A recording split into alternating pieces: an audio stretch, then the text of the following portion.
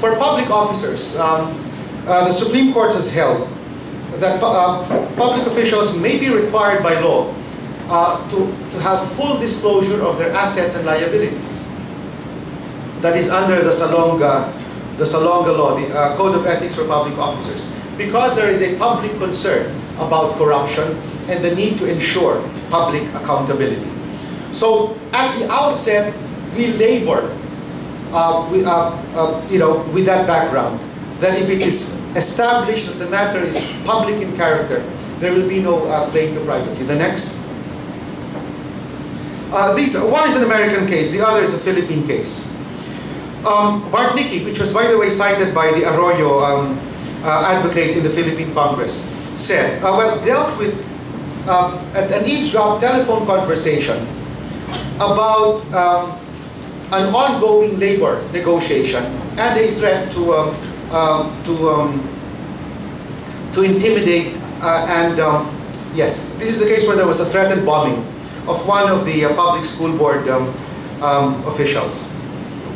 But it was held that if that was the content of the conversation, it is thus beyond the scope of anti-wiretapping laws. It is public in character. In Gaanan, both in Bartnicki and Gaanan, the eavesdropping was accidental. In Gaanan, the eavesdropping was done through a party line. Well, your generation of students will not be aware of what a party line is. But once upon a time in the Philippines, telephones were difficult to get.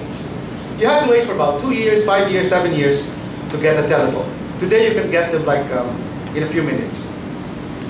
And in Gaanan, what happened was there was a party line. Two people share the same telephone line, and you just have to make sure there's no one else using it in the other line. This would be a source of friction among neighbors, especially if they're like teenagers in the other family who would use a line quite often. And in Gaanan, they overheard a criminal conspiracy on the other line. And the court says, and again, listen to this in relation to cell phone conversations. If you use a phone fully knowing that there is a danger that someone else might hear it, then in effect, you have a lower expectation of privacy. You should have known that someone else might listen. I don't know how often cross lines happen with cell phones, but if you are already aware that maybe someone else can hear your a conversation transmitted through the airwaves of the Philippines, then you are deemed to have a lower expectation. The next slide. The letters might be too close or too small. But these are examples of when the expectation is lowered. But I just want to draw your attention to the second to the last. The presumption of a waiver. And if you're a postpaid subscriber, you already know that someone else is keeping track of your call data record. You cannot say that I thought no one else will find out, because they have to charge you anyway for billing purposes. They would have to have that information. Let's proceed to the next. The last is who may invoke, later on who may suppress. But again, I have argued that it can be invoked only by the person himself. Now, I throw the question back to you. Can anyone think of a situation? This is for recitation, guys, okay? No, really. Think of a situation, please, where we must say, as a matter of fairness, of justice, of public policy, that privacy must be, that someone must be able to invoke privacy without showing his or her face. In other words, where we must make an exception to the requirement that privacy should be invoked by the person himself. Anyone, please. Any scenario. You can't think of any? Well, the scenario that, should I give up? Anyone, please? Just give it a try. I suppose, do you remember hide and poke? You know, I don't know, maybe for the hide and poke scenario, and assuming, assuming the faces were not seen, maybe his partners should be able to invoke their right to privacy without exposing themselves to, well, had already exposed themselves, but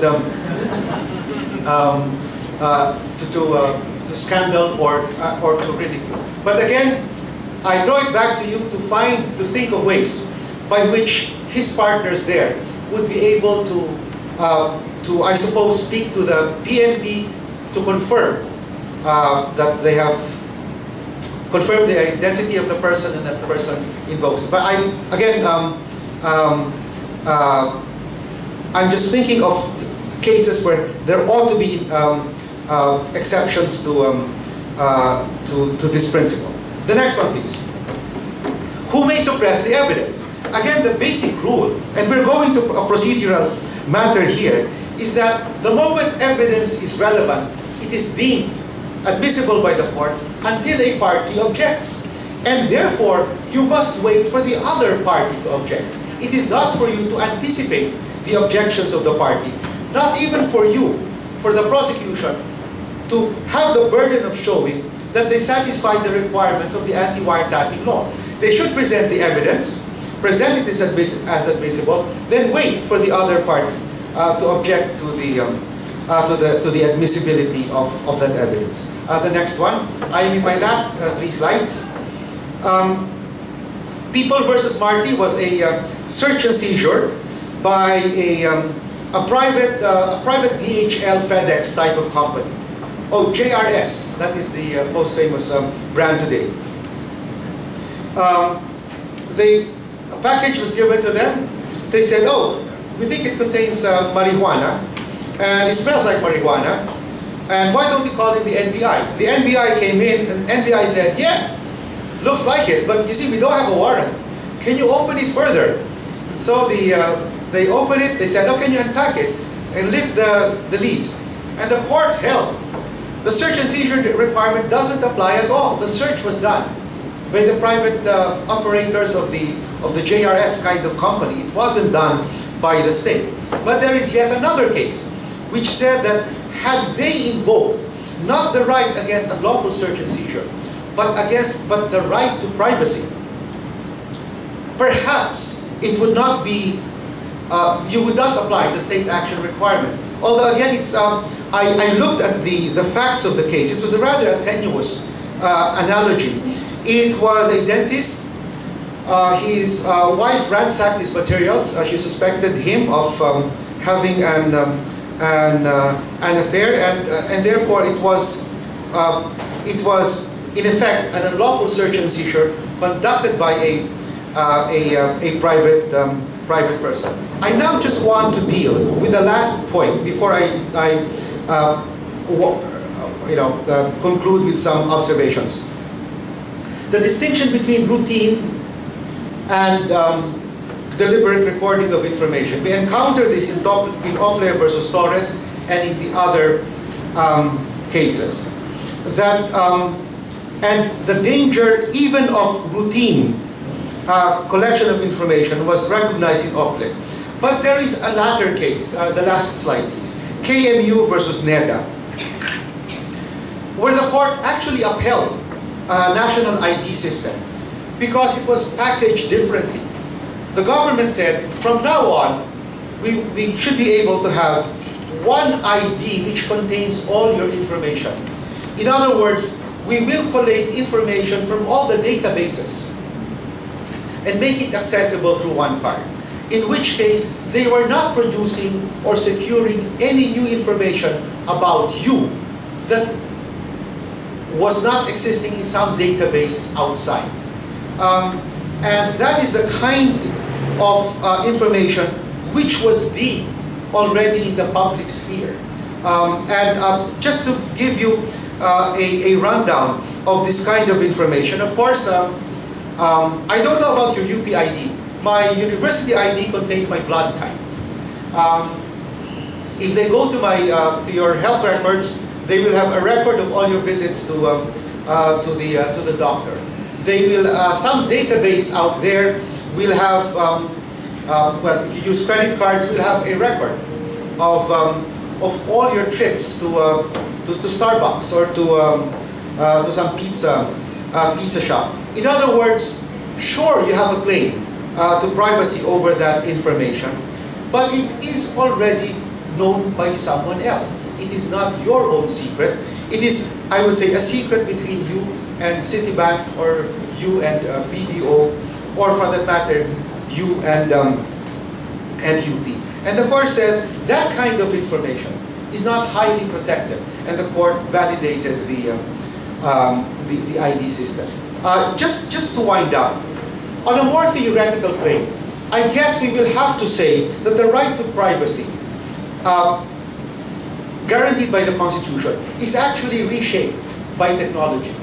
And that in this case, the right to privacy with regard to cell phone evidence is not really about the existence of the information in someone else's database. It already exists there. The right to privacy will consist in limiting access to that information. And access to that information, strangely enough, is always available anyway to Globe and Smart or to Sun Cellular. And that is why, in that context, it is not really the existence of the information that privacy must protect. It is the zeroing in on you. In other words, the test is, at what stage does the search become unreasonable? Because for as long as it is reasonable, the warrant requirement does not apply. I'd like to leave time for the open forum, and I would like to close on that point. Thank you.